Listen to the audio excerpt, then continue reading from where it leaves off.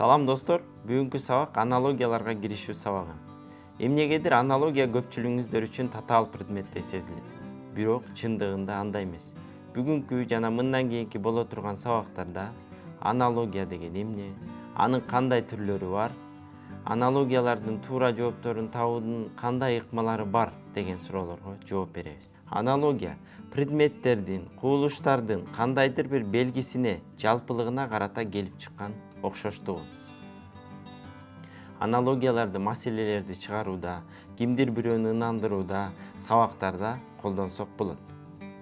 Мисалы, 664.838 деген 6 орундуу санды телефондун номерине окшоштуруп 664838 деп айтсак, адресат бул маалыматты оңоюраак кабыл алат. Мунун өзү аналогия. Бизге жашылча жемиш жана жер жемиштер сунушталган. Атап айтсак, алча, картошкө, алма, кызылча. Биз булардын ортосундагы жалпылык жана айырмачылыктарды табышыбыз керек. Мисалы, алча, алма бакта өсөт, картошкө, кызылча жердин астынан казылып алынат. Алчанын, алманын данеги болот, ал эми картошкө менен кызылчанын данеги болбойт. Алча жана алма бактын үстүндө өзү бышат. Ал эми картошкө менен кызылчаны бышырып жеш керек. Мунун өзү окуучунун сынчыл ой жүгүртүүсүн өстүрөт. Кыскасы, мындай көнүгүүлөр аналогиялардын туура жообун табууну жеңилдетет. Азыр жалпы республикалык тестте көбүрөөк колдонулган аналогиялардын түрлөрү жөнүндө сөз кылабыз. Китеп окуу, бир зат берилип атат жана анын максаты жөнүндө сөз болуп жатат. Саламдашуу, алик алуу. Бул жакта кыймыл аракеттин же болбосо кыймылдын ирети берилген. Биринчи саламдашат, андан кийин алик алат. Терезе, рама. Бул жакта бүтүн менен бөлүктүн ортосунда катыш берилген. Терезе бүтүн нерсе, рама анын бир бөлүгү. Ашпозчу бул кесиптин ээси, ал эми ашкана, ал иштеген жер. Предмет анын жайгашкан орду жөнүндө сөз болуп жатат. Бадыраң туздалган, бир зат берилип жатат жана анын сапаты жөнүндө сөз болуп жатат. Чырайлуу, келбеттүү. Бул сөздөр бири-бирине маанилеш сөздөр. Тагыраак айтканда, синоним сөздөр. Илим, ботаника. Илим бул жалпы түшүнүк, ал эми ботаника жеке түшүнүк. Кийинки мисалыбыз оорулуу, дарылоо.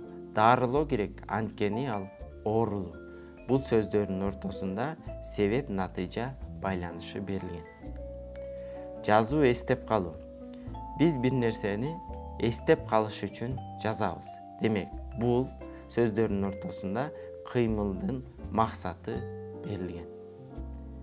Ачуу, таттуу. Өзүңүздөр көрүп тургандай, бул сөздөр бири-бирисине карама-каршы маанидеги сөздөр. Же болбосо антонимдер десек болот. Келиңиздер эми мисалдардын үстүндө иштеп көрөлү. Метр, сантиметр, үй, кабат, поезд, вагон, мүнөт, секунд, жума, ай. Жогоруда калың шрифт менен берилген эки сөз эталондук жуп болуп саналат. Эталондук жупка карата туура жоопту табышыбыз керек. Сиздердин эң биринчи куралыңыздар эталондук жуптагы сөздөрдү катыштырып, кыска жана так сүйлөм түзүшүңөр керек. Мисалы, метр сантиметрден турат. Үй кабаттардан турат. Поезд вагондордон турат. Мүнөт секундадан турат. Жума айлардан турбайт, тескерисинче ай жумалардан турат. Демек, Г варианты дароо туура эмес жооп. Бизде азыркы учурда 3 туура жооп бар. Демек, кошумча жүйө келтирүүгө туура келет. Ошон үчүн эталондук жупка кайтып барабыз. Эми сүйлөмдү дагы тагыраак түзүшүбүз керек болот. 1 метрде 100 сантиметр бар. Ал эми үй 2 кабаттан турушу мүмкүн, 5 кабаттан турушу мүмкүн, же болбосо 9 кабаттан болушу мүмкүн. Ошон үчүн А варианты туура эмес. Поездда да канча вагон болгондугун так айта албайбыз. Б варианты дагы туура эмес. Туура жооп В варианты. Анткени 1 мүнөттө 60 секунда бар. Кийинки мисал: B вальс, B искусство, B дискотека, B балет, B танго.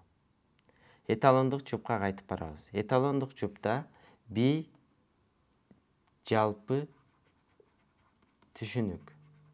Ал эми вальс бул жеке түшүнүк. Демек, туура жооптун дагы биринчи сөзү жалпы түшүнүк болуш керек, ал эми экинчи сөзү жеке түшүнүк болуш керек. А варианты B искусство. Бул жерде сөздөрдүн орун алуу багыты алмашылып калган. Тагыраак айтканда, искусствонун бир түрү B. Ошондуктан А варианты туура эмес. Б варианты B дискотека. Бул сөздөрдүн ортосунда жалпы жеке байланышы жок. Ачыктап айтканда, дискотекада B ишке ашат. Б варианты дагы туура эмес. Б'дин бир түрү балет деп айта алабыз. Азырынча В варианты туура. Б'дин бир түрү танго деп да айтсак болот. Эталондук чупка кайтып барабыз. Анткени бизде 2 туура жооп болуп жатат. Демек, кошумча жүйө келтирүү керек. Эми бул суроонун туура жообун табыш үчүн лексикалык талдоо жүргүзүшүбүз керек. Вальс кыз менен жигиттин ортосундагы B. Ошол эле сыяктуу тангода кыз менен жигиттин ортосунда B. Ушул өңүттөн алып караганда Г варианты туура жооп болуп саналат. Эми ушул эле мисалды татаалдаштырып көрөлү. B танго, B балет, B ча-ча-ча, B вальс, B кара жорго. Биз жогоруда айтып өттүк. B жалпы түшүнүк, танго жеке түшүнүк. Эми ар бир вариантка токтолуп көрөлү. Б'дин бир түрү балет, Б'дин бир түрү ча-ча-ча, Б'дин бир түрү вальс, Б'дин бир түрү кара жорго. Демек, бир караганда баардык эле варианттар туура жооптой сезилип жатат. Эталондук жупка кайтып барабыз. Танго кыз менен жигиттин ортосунда B. Келгиле анда ушул өңүттөн алып карап көрөлү. Балет ар дайым кыз менен жигиттин ортосунда B боло албайт. Ошондуктан А варианты туура эмес. Экинчи вариантка токтолсок, ча-ча-ча дагы кыз менен жигиттин ортосунда B. Азырынча Б вариантын туура деп туралы. Вальс дагы кыз менен жигиттин ортосунда B. Б вариантында туура деп туралы. Ал эми кара жорго кыз менен жигиттин ортосунда B боло албайт. Ошондуктан Г варианты дароо туура эмес. Эталондук чупка кайтып барабыз. Демек, сүйлөмдү түзүүдө дагы кошумча компоненттерди кошушубуз керек. Танго бул бат бийлене турган кыз менен жигиттин ортосунда B. Анысыгандай, ча-ча-ча дагы бат бийлене турган кыз менен жигиттин ортосунда B. Ошондуктан Б варианты туура жооп боло алат. Ал эми вальс тескерисинче жай салмакта бийлене турган кыз менен жигиттин ортосунда B. Достор, бүгүн аналогияларга киришип алдык. Эмки сабактарда конкреттүү темалар жөнүндө сөз кылабыз.